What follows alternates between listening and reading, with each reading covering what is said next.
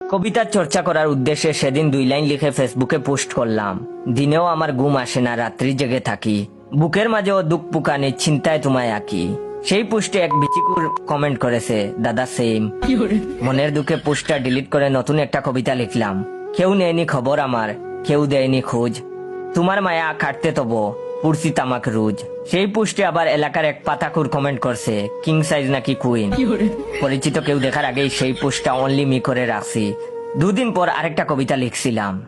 মাতাল আমি ছিলাম সেদিন তোমায় দেখার কালে, মাতাল আমি আছি আজও তোমায় দেওয়ার চলে।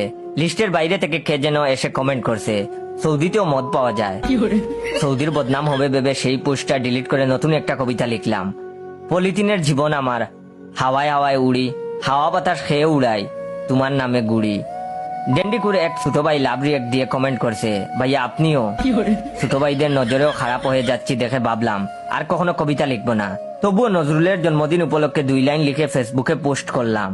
বুক চিনচিন বেতা আমার, তোমার নামের ছবি, পারি না লিখতে খিচ্ছু আমি, বানালে তবু কবি।